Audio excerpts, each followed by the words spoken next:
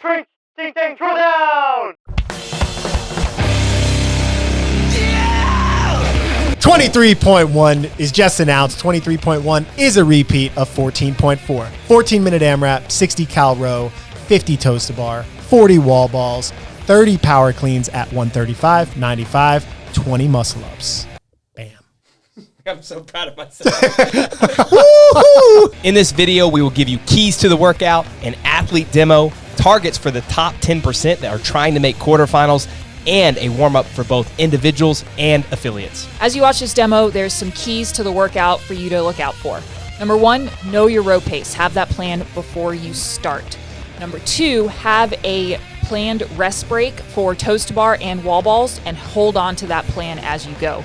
Practice the wall balls before the workout so that you have that standard down.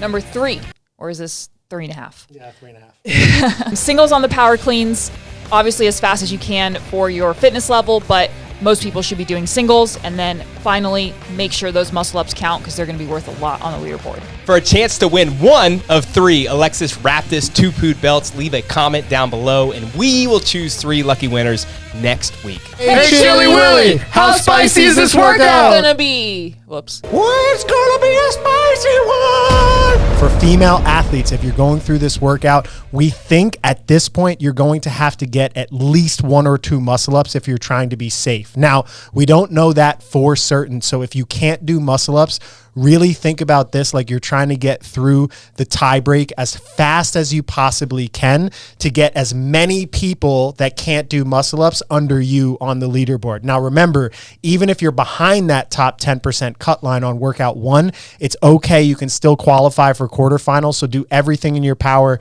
to get a fast tie break or get a couple muscle ups. For male athletes, I think there's more people now that can get deeper into the muscle up sets. So we don't know the exact number, but maybe somewhere between 7 and 13 muscle ups would be a good target to put yourself in a really safe place above that top 10% cut line. So those are my thoughts for now on where that cut line is. Come back on Saturday. Me and some of the training think tank coaches are going to do a podcast. We'll have seen all of the athletes on site. We'll have data from all over the world, and we'll have a better understanding of where that line is. So we'll make sure that you're set up better if you are going to repeat to get above that cut line on your repeat.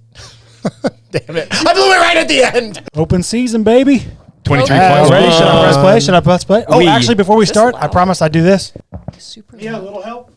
They're back, baby. Yeah. Olsen and Mayer. Who's excited about this? First am. open workout of the season. I like it. Oh, okay, cool. There's a lot of emotion around here. Let's get this thing rolling, Chris. 2, 1, go. Oh, we do have a timer, and Yes. you counted down. Wow, I just got thrown off. This is a weird way to start a workout in commentary because they're going to be on the rower for a while. I do think it's important for all those athletes that are trying to game plan now to know what your row pace will be, what you can actually hold on to, how it will affect the rest of the workout, and then also understanding how long it'll take you on the row. So this is going to be me talking a little bit here. So you're right, Max. It is going to be weird. Yes. So a basic outline. If you row at 800 cals per hour, it will take you 4 minutes and 30 seconds to finish the 60 cals. If you do it at 1,000 cals per hour, it'll be 3 minutes and 36 seconds. 1,200 will be 3 minutes. 1,400 will be 2:35, and 1,750 would be 2:05. So just kind of some pace ranges for everyone that's doing the workout. Yeah, and just that'll give you an idea of how much time you have left to go through the rest of the workout. I walked over. We can't see, but right now James was rowing at about 1,200 cals per hour, and Perrin was at like 925 to 950 cals per hour. I think they stayed relatively steady at that all the way through as they went through this. Yeah, parents started in like the low thousands, high nines, and then stayed in the nines basically throughout. Yeah, this workout is not one on the rower. I feel like the only people that should push the pace on the rower are people that are super high level elite that are going to go through the whole first round of the workout and deep into the rower on the second round. Otherwise, I think it's just about picking a pace that allows you to go right to the next movement and get to work. Yeah, I think that how the fatigue compounds over the workout does matter. But I would still say if you overpace the row, you can lose a lot of time. So like the perfect example is you're losing 30 seconds, the difference between 800 cals an hour and 900 cals an hour. Yeah. 30 seconds in a workout is a lot. I agree with that. Brandon, did you do this workout in 2014? I did do this workout in Yeah. 2014. Do you remember what you got? I was on the row. The elite athletes, they flew through that. So Yeah. if you watch them, don't pace like that. And most people cannot Yeah. sustain it. I was not that far into the workout. That's Chris, for sure. can you be like the guy from Joe Rogan podcast who pulls up data and find Brandon's it sounds like a lot of 2014? extra work, Yeah, but that's sure. so quick. It was a good score at the time, but it wouldn't be a good score now. Maybe, I don't know, 20-something cals on the row, something like that. Yeah. So they're 2 minutes and 15 seconds in. Again, that would be you holding 1750. You'd be off now. But I don't think anybody except a games level athlete would be close to that. That is so fast. Yeah. Yeah. And I think, too, as you get closer to the end of this, let's say you're 50 cals in, you have 10 cals left, you're going from this to the toes to bar. If grip is fatigued or your lats are fatigued, pull back just a little bit. I think transitions still matter. So making sure that you can get to the toe to bar quickly and start your first set matters. Yeah, so these are both, I would say, high-level RX athletes. They should, over the course of 3 workouts, they should comfortably make it to quarterfinals. Maybe not super, super safely, but they'll make it through. Every one of the reps of muscle-ups is a huge separator in a workout like this, especially if you're trying to qualify for quarterfinals. So as you go through making your decisions with cutting reps on toes to bar or taking breaks on wall balls, all of it should be dictated by how is it going to set you up for how you're going to get through that set of 20 muscle-ups. If you're an elite athlete, you need to think about it a little bit differently because you're going to finish the first round, and it's about having time to push into the row and toes to bar set. But for most people, it's just game planning to get through 20 muscle-ups or as many as you can in the end time frame. Yeah. Do you want to know a score? Yeah, Yeah. I do. 170th. 170th in the world. Yeah, but what is that? What is the Yeah, actual what's score? Oh. You want the score? Yeah. 231. I still don't know what that is. If you I think- click on 31 it, it'll cals probably then? show you Probably, I would guess. where he was in the workout. So Mia, since he's on the Yes. toes to bar, James is breaking these up into sets of 5, which I actually think is really smart for most athletes. There's no point in doing big sets here. Make sure that you're coming down, not getting over fatigue. Again, you're going into wall balls, which is another compression movement after this. What are you telling intermediate athletes? You've been doing a lot of toe to bar work where it's like do 2, come off, or do 5, come off. How are you planning this? So I would tell them to adhere to a rest break. And if your sets have to change in order to keep that rest break, that's fine. So maybe that looks like sets of 6 to start on a 8-second rest, which is actually for an intermediate athlete, that's a pretty quick rest. Yeah, for sure. And athletes may not be able to hold that throughout, but get as far as you can on that rest interval. And then when you can't hold those, did I say 6 reps? Right. 6 reps, drop to 4 if that's what you can hold on the 8-second rest, and focus on keeping the same rest even if your sets go I down. love that strategy. I've used it myself. I've had high-level athletes use that strategy, and it works well. It seems like it's 50 total reps. It seems like the first 20 or 30 are not really that big of a deal, but then getting from 30 to 50 is really where the time is lost, because 5s, if you're on a quick rest break, is good, but 5s, if you have to start really slowing down at the end, you can lose a lot of time in those 3 extra breaks at the end of the set. This may not be the case for everyone, but I love descending sets for toes to bar. Yeah. I Same. like opening a little bit bigger and then just letting my sets get smaller as I go. Yeah, but you're still holding that same rest Right. time, correct? Mhm, Yeah. Correct. Perrin got off the rower about a minute behind, I think, James. And she, I think, went 10, 10, 10, and then broke it up. And by the end of this set of toes to bar, she had almost caught up all the way. Or maybe she did catch up. Yeah, she was basically like 2 reps behind him. She or was maybe a pretty little bit. close, Yeah. yeah. The one thing I'll say is if you are good at, let's say, toes to bar, right, or muscle ups later on in the workout, you can do some bigger sets. It's still the same game, though. You're figuring out what your rest time is, and you're trying to hold on to that. Toe to bar, like Perrin's toes to bar, are probably like 1.45 to 1.5 seconds per rep. Most people are like 1.6 or 1.65 seconds per rep. So you can calculate it out that way and then figure out your rest times and actually get a total time of the toes to bar.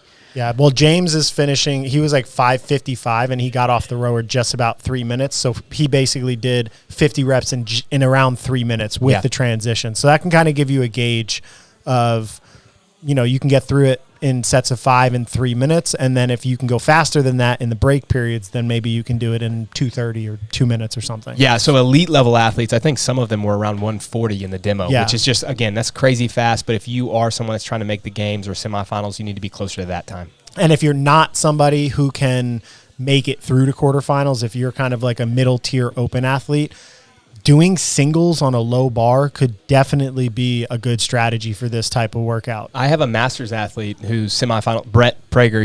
You guys know him. He's been on site quite a bit, but he's a semifinal level athlete, and he does singles on chest to bars and toes to bar and is almost as fast as people doing sets of 5 or 10. Yeah. It's knowing when to go to singles. Like Correct. when it becomes an issue when you're like, oh, I'm going to just start resting really long for doubles. Like, no, don't do it. Just go to just go to singles. singles. Have your second bar ready. And I've told athletes to do this in workouts. Have 2 stations. You have your station where you're doing sets, and then you have your single station that has a mat, so you don't have to jump as high, and you just switch to it when it's time. Yeah, so have those stations. Yeah, I'm going to jump forward to wall balls since they're here.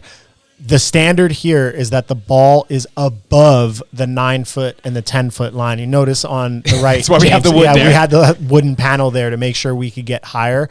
But if you take the risk and you're just like, oh, whatever, it's the open, and they happen to ask for a video and you get a major penalty, it could keep you out of quarterfinals. So it would make sure that you get the setup right to make sure that you can clearly get over the line. Yeah, we actually drilled that into the wall ball target. Yeah, I would practice this in your warm-up, because even though you're throwing it the same height-ish, maybe a little bit higher, it feels different to clear a line versus hit a line, and just the aiming that goes with it is a little bit different. So I would take some time to play around with it. Yeah, I think the normal strategy or the normal standard was the equator of the ball is above the line. This, if it's the full ball above the line, it does actually make you throw it like another 6 inches higher. It's really kind of like a 10-foot 6-inch or a 9-foot 6-inch target. Yeah. Probably a better standard, though, because it's Yeah. now clear that it's getting over that 10 or 9-foot mark. And easier to see in camera. You got 31 calories. on the Oh, second Nice. race. Okay, baby. thank you. Appreciate it. And he was 138th in the world overall. Wow. How about Look Good. at that. How about it? I would be 10,000. You wouldn't be there now. Real quick, I know we're watching James on the power cleans, but the wall balls, I think this is an easy movement for people to kind of like think it's going to be easy to do 20 and 20 or 40 unbroken. But just as Max already talked about, make sure that you're pacing that so that you can be more aggressive on the cleans. And then the last movement coming out is the ring muscle ups, which will be a huge separator. And I think singles on power cleans pretty much for everyone. I don't really see that much of a benefit of doing touch and go reps, especially going from this to the muscle ups. I think for most people, it's just going to be singles all the way. Keep them as quickly as possible. Shout out to John Maloney in the background for skipping Prices Right to watch Fortune to He's really come knock disappointed. these out. Yeah. He's got a Devo, or what is it, TiVo? What is the old thing called that he? TiVo. TiVo? Apple TV? As long as you can find- What is he from, the 1930s? That's the point. I was trying to make a As joke. long as you can find the input. Yeah. So I agree with Max. Doing singles here makes sense. If you're a higher level athlete or someone that's really good on the barbell, then I really like the idea of cluster sets. And what I mean by that is like I'll do 5 fast singles, then take that break that you just saw James take, 5 fast singles, where you're always staying on top of the bar, but it's kind of like always pushing you. Have these micro goals of get to 5, then get to 10, then get to 15. Yeah, James is actually kind of using this strategy. So this is his 4th rep where he's kind of just looking at the bar and following it right down. I think at some point coming soon, he's going to end up taking a longer rest break there. Yeah, so that was 5, and then he takes a longer break. So it's basically like chipping the reps up into groups so you can stay on top of it, knowing you're going to get a longer rest break. Now, your goal would be to cut that rest break down and maybe go 5 quick and then 3 breaths and then get on it. But, you know, your fitness level is going to dictate how long these rest breaks get. Absolutely. Perrin does a good job of when she bends over, she picks up the bar right away, both hands go on, and she just pulls. James's setup is a little bit longer. I think that if you can put both hands on the bar at the same time and just get it off the ground a little faster at this weight for how strong he is, I think that would help. Yeah, this is kind of one of those times where in CrossFit, you might encourage somebody not to take their perfect Olympic lifting technique and just kind of grab it in a deadlift position, stand it up, and go into a power clean. It's not optimal. You don't really want to train with those mechanics all the time, but it makes a movement like this a lot easier, and it cuts about a quarter to a half a second per rep on That rep every was better. single. Oh, He put his hands on fast. There you go. oh, Cool. there he There we is. go. He did go Yeah. to it. Maybe He still has a little bit of a dynamic start. You think he heard me? Yeah, he He heard definitely you. did. Back in time Yeah, because in this the is past. already over. Yeah.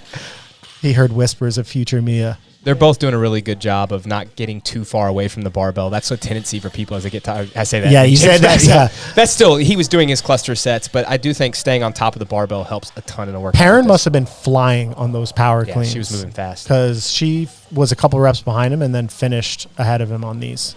Yeah, she didn't really take any breaks. She was just pretty steady Yeah. on the reps. Do you know what her split time was for the cleans, Mia? Sure do. So she finished her wall balls at 8:33 and finished her cleans at 11:25. Okay, so just let's call it 3 minutes. Yeah. I think that's So probably 10 standard reps a minute. It's basically going on the 6 seconds. So For- that can kind of give you a frame of reference. for a higher level, like one that's you're going to make quarterfinals. That's probably a really good target. Yeah. And if you're elite, maybe it's like every 2 or 3 seconds. Yeah, the elite scores, they were doing it in less than 2 minutes. Yeah. The 30 cleans. Yeah. So I mean, it's just it's a different ball game for them, and maybe you're someone that's in between. Just learn how to pace at that target. Yeah. So this now is basically the quarterfinal, semifinal separation part of the workout. Yeah. So she was 11:40, I think, when she finished, and he was around 12. And She was 11:25. 11:25. But she didn't really start doing muscle ups No. until 12. So you have basically 2 minutes to do muscle ups. Yeah. And this is, like Max said, this is going to be a huge separator for those that are just really competent at ring muscle ups. You can see James, he jumps up there. We will, a couple of these are probably no reps. We're going to go back and review this video, and he will put in the correct score, but you can see that he's kind of pushing away. Make sure that your shoulders are on top. But the point of that whole thing, not about his no reps, was if you can do bigger sets like James just did, you can make up a ton of time. Yeah. Or, to Mia's point earlier, it's like 3, rest 8 seconds, 3, rest 8 seconds, and then I go to 2s, but stay on that clock so you're not taking long rest breaks. What was he doing wrong?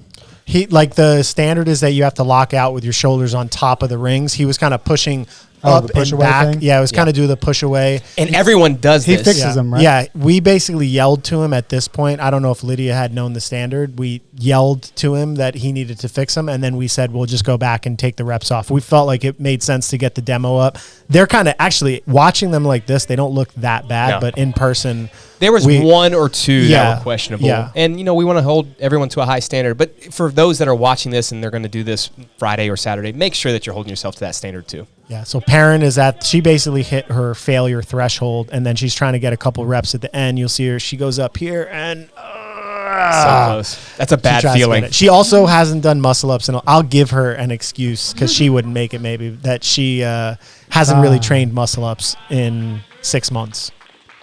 Oh, look! Here's the whole Yeah. crew. All right. Got some people I was cheering. there. There's Oh, Brandon. boo, Yeah, he sucks. Shout out to the coaches for doing this workout. This is the sacrificial lamb time to Yep. do it. Although we had scores on this workout, so it's not as bad doing it at this time. That's true. All right, Brandon, let's go. Yeah, where are we going do the next? warm-up? Yeah, maybe? let's go listen to me talk about the warm-up. Our warm-up for 23.1 is going to start with a progressive row. We'll start with 8 to 10 calories at an easy pace, and then you're going to work your way up to a moderate, then hard pace, and then you'll work your way back down, just like you're climbing up and down a ladder. You know what I mean? Next, we're going to start with a movement-specific and joint warm-up. You're going to do 3 sets, 30 seconds per side of a PVC front rack external rotation stretch. Let's open up those shoulders into 10 scap pull-ups, kip swings, and kipping knee raises. So you'll start with the scap pull-ups, move to the kip swings, and then finish with kipping knee raises, progressing through those 3. The next piece is going to be 5 med ball bear hug squats, opening up the squat position for the wall balls and the power cleans, and then 5 med ball squat cleans to finalize that movement, getting your hip crease all the way below the knee. And then this is where the fun's going to happen. Specific workout prep, 2 to 3 sets. You'll row 5 to 15 calories at your target pace for the workout. So if your goal is to hold 1,200, try to hit that here. Then 5 to 10 toes to bar, 5 to 10 wall balls, 5 power cleans, starting at a lighter load and then working your way up to game load, 135 or 95, into 2 to 4 ring muscle ups. Rest 1 to 2 minutes and do that for 2 to 3 total sets. All right, for all of our affiliate owners, we want to give you a warm-up for your classes as well. You're going to start with a general warm-up where it's going to be a progressive row, 6 to 8 calories at an easy pace, and then increase that effort to a moderate pace, another 6 to 8 calories at a hard pace, and then we'll work our way back down to an easy pace by the last 6 to 8 cals. Next, we'll do a movement-specific and joint warm-up. It's going to be 3 sets where you'll have your athletes do a 30-second per side PVC front rack external rotation stretch, into a progressive complex of 10 scap pull-ups, 10 kip swings, and then 10 kipping knee raises. This will help them prep for those toes to bar. Then they will move into 5 med ball bear hug squats, opening up their squat position for the wall balls, directly into 5 med ball squat cleans. After you finish that, let your athletes rest, and then we'll repeat that for 3 total sets. Now, we know all of our affiliate athletes likely need to be warmed for the ring muscle-ups, so we're going to do some skill prep for that as well.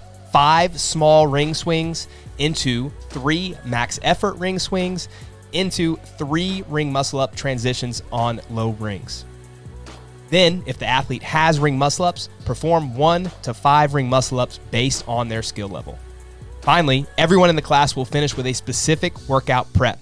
1 to 2 sets of a 10-calorie row, 4 to 8 toes to bar, 4 to 6 wall balls, 3 to 5 cleans, and 1 to 2 muscle-ups, assuming they have that skill. Bam! Hi, Tracy's here. I am here. We've brought you in to give us some nutrition advice. Absolutely. This workout looks pretty gross. I have not done it. I didn't do it the first time when it came out. It was before my time. So I think it's going to be gross for everybody, regardless if you've done it once or not. All right, guys. Tip number 1 is that you're going to finish your last meal before your attempt 2.5 to 3 hours out before you get started. And tip number 2 is that you can add in some soft, bland color carbohydrates about 30 to 60 minutes from that attempt to give you a little boost that you're going to need to finish out this 14-minute AMRAP. Good luck. Good luck. It's a wrap, you know what I'm saying? Your boy Project Pata in this thing, man. Hey, look, man, thank y'all for watching Training Think Tank's YouTube channel. Y'all hit that motherfucking subscribe button, you know what I'm saying? So y'all go ahead, man. Thank y'all for watching the channel, you know what I'm saying? Hit that motherfucking subscribe button. Let it be known, what it be known, what it be known, you know what I'm saying? Pata.